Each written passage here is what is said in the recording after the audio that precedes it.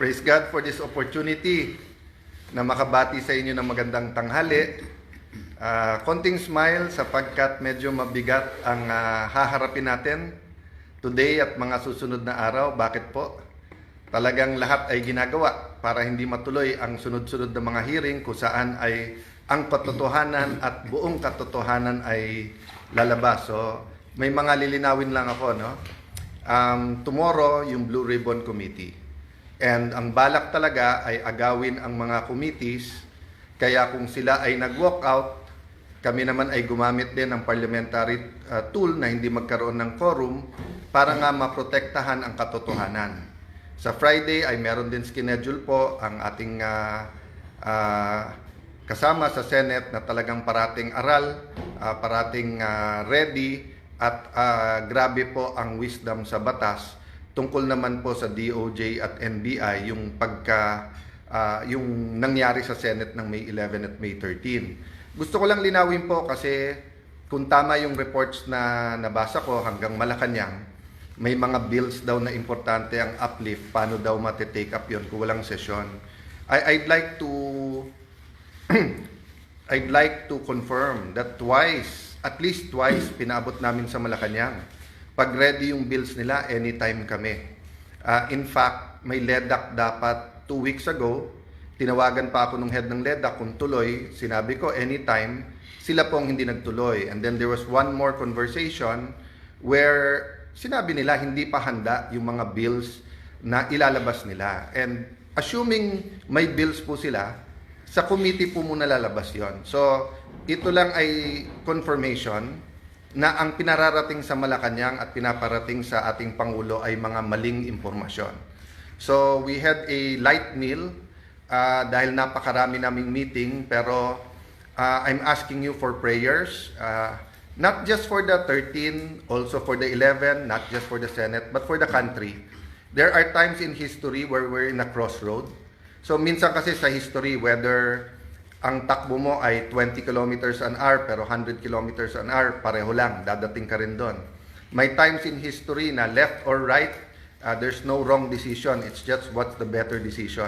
But there are times in history where a country has to make a decision, for example, when it comes to corruption and poverty, and if you make the wrong decision, the next generation will suffer. So it starts with your personal decision, then it becomes a group's personal decision, katulad ng grupo ng 13. Then it becomes an institutional, a community decision. Then it becomes the decision of a nation. So as of yesterday, di ba, ang hinihingi pa lang naman namin, give the truth a chance. So ngayon, we're asking everyone to pray that matuloy yung mga hearings, no? I'm not saying that every single witness will tell the truth. What I've been consistent with since 2007 nung chairman ako ng Blue Ribbon Committee was that that platform allows us for anyone to testify at makikita po natin yung testimony nung magte-testify. Nagtataka lang ako, bakit umiba ngayon na ilan buwan walang hearing kung kailan may mga bagong revelasyon at medyo mabibigat na yung mga witnesses na nagiging available. Anytime po, may malalaking witnesses din or mayroon din po mga pwedeng biglang magsabi ng totoo, no? So, of course, the man of the hour tomorrow, Senator Dante Marcoleta. Sir, magandang tanghali. Kumusta po kayong lahat, mga kababayan? Ito po, nag-uusap-usap po kami para sa araw ng bukas. Ang gusto lamang namin ay ang inyong total support. Wag po kayong kukurap. Baka ito na po ang pinakahuling pagkakataon na ang katotohanan, ang katwiran ay mananaig. Kagaya po na sinabi ni SP Alan, lahat po ay gagawin nila para patuloy na pagtakpan ang isang issue na kayong lahat ay may kinalaman sapagkat pera po ninyo ang ninakaw nila. Kaya sinabi ko po, huwag kayong kukurap. Ang gagawin namin bukas will define the direction of this country kung saan tayo papunta. Salamat po sa inyong lahat at sa inyong suporta. So, thank you very much, Kuya Dante. So, ulitin ko lang po ha. Kaya pinapaswear, di ba? To tell the truth, the whole truth, and nothing but the truth. Kasi may half-truth, may tinatago na truth, mayroon pong lies, no? Series of hearings to. Pag naumpisahan po natin bukas, nandyan na yung momentum. Inuulit ko po ha, pag may 13, automatic, hindi ko kailang mag-resign, sa inyo na. In fact, tinitingnan ko lang, day by day, week by week lang, na matuloy lang itong mga hearing at maumpisahan lang. Baka naman yun lang ang trabaho ko, I'd be more than content to go.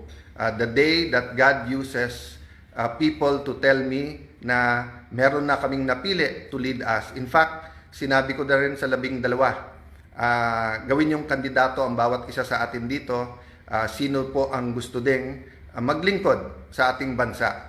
But my mission right now is for the truth to come out.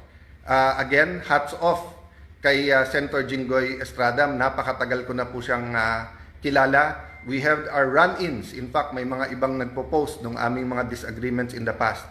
But I'd like to reiterate what I said yesterday.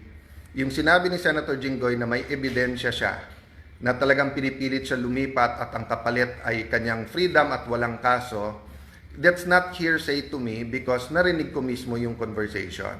And palakas ng palakas yan, yung threat na yan sa iba pa naming mga kasama. So, dun sa 11, maybe some of them have a reason na, mag-ingay, lumaban, i-discredit yung Blue Ribbon kasi especially pagdating dun sa 18 Marines, nabanggit din ang pangalan nila, allegedly nahatiran din ng malay-maleta. Having said that, dun naman sa inyo na mga tinatakot lang kasi I know at least one member na tinakot siya. Kasama na namin siya eh. Actually, nung araw, mas bilib ako sa kanya kaso kay Jinggoy. At sinabi nga niya na sama na, siya pa nga nagko-complain. Pero ngayon, nagsasalita pa laban sa amin. But at the right time, no, we'll talk about that. My point is, we will stay strong, but please pray for us kasi may individual circumstances ang bawat isa and marami kaming hindi kontrolado. Diba? And yung pagdating ng mga witnesses. By the way, gusto ko lang malaman nyo, we also invited the Office of the Ombudsman, the DPWH, and the DBM or the representatives kasi we'll do this very orderly. We'll find out nasaan na ba investigasyon nila, ilan na ba talaga ang ghost at hindi, magkano ba talaga ang involved dito. So ang daming impormasyon na kailangan maging malinaw sa atin lahat.